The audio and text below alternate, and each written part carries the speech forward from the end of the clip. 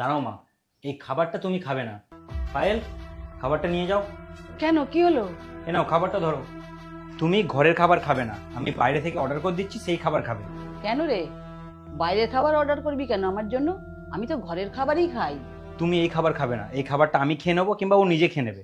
আমি বাইরে থেকে খাবার অর্ডার করে দিচ্ছি, সেই খাবার তুমি খাবে, আর না হলে আমি নিজে বানিয়ে দেবো, সেই খাবারটা তো আমাকে খেতে হবে। কি করবে বলো? আরে, এতদিন তো আমি ওর হাতের রান্নাই খাচ্ছি, তাহলে ওকে কি করতে রেখেছিস বল? খাবার বানানোর জন্যই তোকে রেখেছিস। আমি জানি মা, ওকে খাবার বানানোর জন্য রাখা হয়েছে, কিন্তু ওর হাতের বানানো খাবার তুমি খেতে পারবে না, তোমাকে বাইরের খাবার খেতে হবে। আমি কখন বললাম যে আমি ওর হাতের বানানো খাবার খাবো না?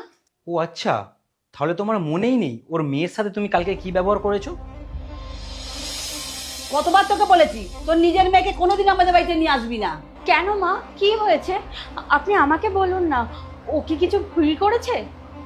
তুই জানিস ও পুরো বাথরুমটা নোংরা করে ফেলেছে। কোথায় কোথায় যে হাত দিয়েছে কি জানি।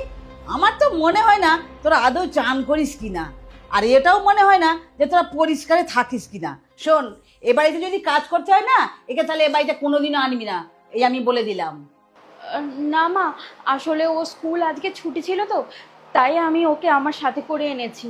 আরে ছুটি আছে বলে কি তুই আমাদের বাড়িতে নিয়ে চলে আসবি তোর মেয়েকে? এই, আমাদের বাড়িটা কি ধর্মশালা পেয়েছিস? এই বাড়িতে যদি কাজ করতে হয় তোর মেয়েকে কোনোদিনও নিয়ে আসবি না। এই নে, তোর মেয়েকে ধর, যাবার সময় ঘরটা ভালো করে পরিষ্কার করে দিয়ে যাবি। তোকে কতবার বারণ করছি এরকম করবি না। আচ্ছা তুমি বলো তো, আমাদের বাড়িতেও কত বছর ধরে কাজ করছে? ও জামা কাপড় পরিষ্কার করে দিলে তুমি সেই জামা কাপড় পরো, যে খাবারটা বানিয়ে দেয় সেই খাবারটা তুমি খাও, এবং কি যে ঘরে তুমি থাকো সেই ঘরটাও পরিষ্কার করে দেয়, আর তুমি ওকে অপমান করছো, ওর বাচ্চাটাকে তুমি অপমান করছো। আমি ওকে ওইভাবে বলতে চাইনি, বিশ্বাস কর। আমি বাথরুমে গিয়ে দেখি গোটা বাথরুমটাও নোংরা করে ফেলেছে, আর ওই অবস্থায় যদি ও ঘরে ঘোরাঘুরি করে তাহলে ঘরটা তো পুরো নোংরা হয়ে যেত বল। মা, ওই বাথরুমটা আমি ওদের ব্যবহার করতে বলেছিলাম, কারণ বাইরের বাথরুমটা জ্যাম হয়ে আছে, আর তুমি কিছু না জেনেই ওদের উল্টো পাল্টা বলছো, অপমান করছো, এমনকি ওর বাচ্চার সামনে ওকে অপমান করছো। ওর বাচ্চা যদি নোংরা হয়, ও যদি নোংরা হয়, তাহলে ওর হাতের বানানো খাবারও নোংরা, ও যে জামা কাপড়গুলো কাছে সেটাও নোংরা। সেই জন্য আমি তোমাকে বলেছিলাম ওর হাতের বানানো খাবার তুমি খাবে না। পায়েল, খাবারটা নিয়ে তুমি চলে যাও। দাঁড়া, আমার মনে হয় কালকে তোকে আমি অনেক বেশি বলে দিয়েছি, এতটা বলা আমার উচিত হয়নি।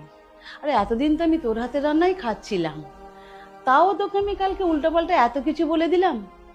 পারলে তুই আমাকে ক্ষমা করে দিস মা, আর আমি তো তোর মায়ের মতো, তাও তুই আমাকে একটু ক্ষমা করতে পারবি না?